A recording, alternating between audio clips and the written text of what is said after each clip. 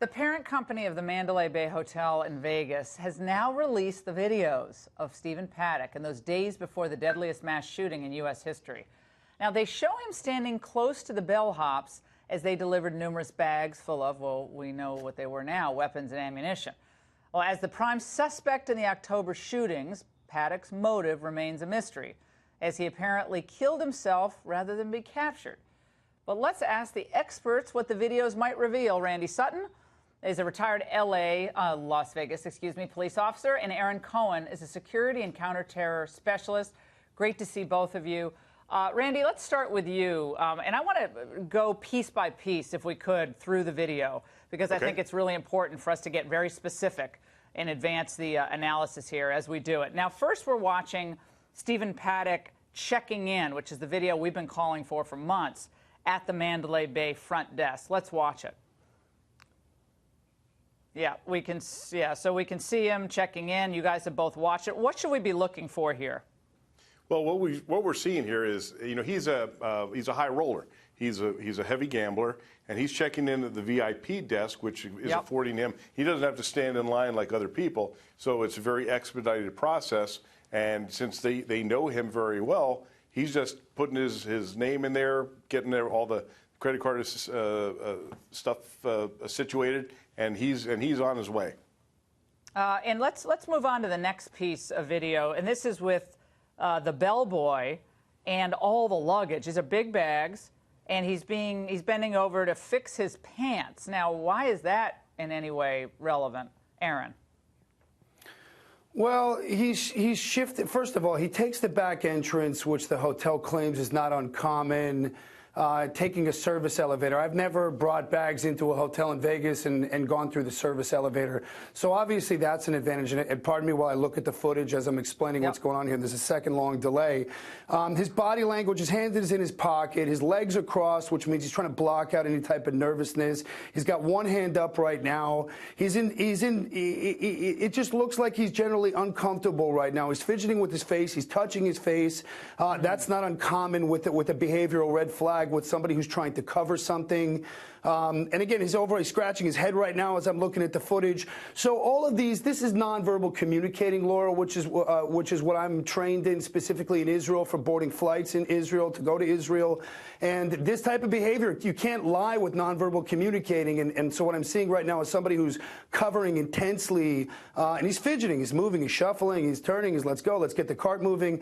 He's just generally uncomfortable. The shirt is untucked also. There could be a weapon on his pants, who knows? Randy, I want to ask you about this, the timeline that apparently is still not agreed to. There's no timeline that all authorities seem to say, yes, this is how it happened. There's a lot of still swirling conspiracy theories about what happened in Vegas. Right. It still seems really weird to me. I mean, that's just how you have a gut instinct about something. The guy was not really, he was known by authorities. We thought he had a criminal history, but then there wasn't a criminal history. There's a lot at play here. But, what we saw today is very interesting in a couple different ways, though, Laura. This is the first time that we've been given the access to actually see him engaged in his daily activities while he was staying at the hotel. Now, you got to ask yourself, what's the timing? Why is this happening now? And I think it's very interesting that the hotel finally decided to give up this footage to a major news source. And what's the reason for that? Is it because there is so much in play here with people, espousing conspiracy theories that finally, if you look at this, there's finally something that we can actually, as being interested in this subject, we're finally getting to see something here. Well, and are we seeing something, Aaron, that informs us about the kind of guy he is, or motivation? We're not getting to any of that.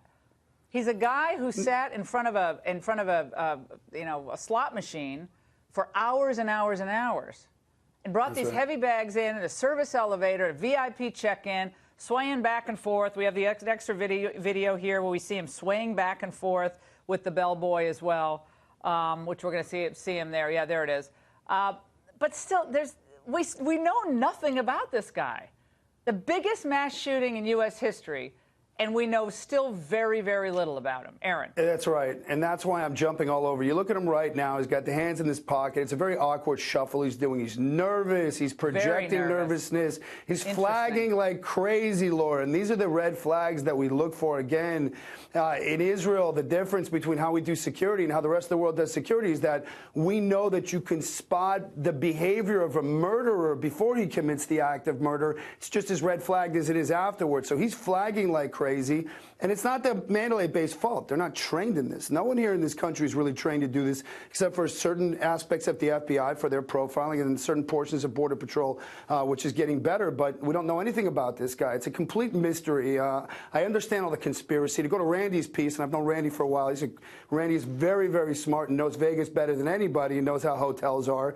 I think that obviously the hotel put out the video to cover their butts. They want to get it out there and say, look, exactly. We can't. The hotel's basically, to me, what it's saying is, guys, you look at the evidence here and you look at this guy and you can see just as we can that he's just a normal guy. He's gambling. He's checking in. But once you start cracking this thing open, Laura, it's how do we use this video and this body language to prevent it from happening? Yeah. Correct. Aaron, and 20 bags is crazy going upstairs. To you.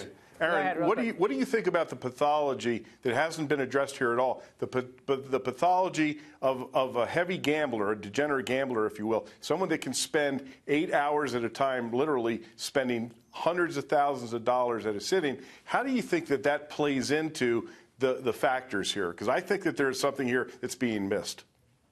What do you think's being missed? That's my Israeli answer. Where are you going? Where are you leaning? I think that the pathology of the degenerate gambler, it plays a role in the way we should be looking at this man as a suspect. Well, they're socially isolated. They sit in front of a machine. I mean, you could say that about a lot of people sit in front of video games, but not everybody sits in front of a machine.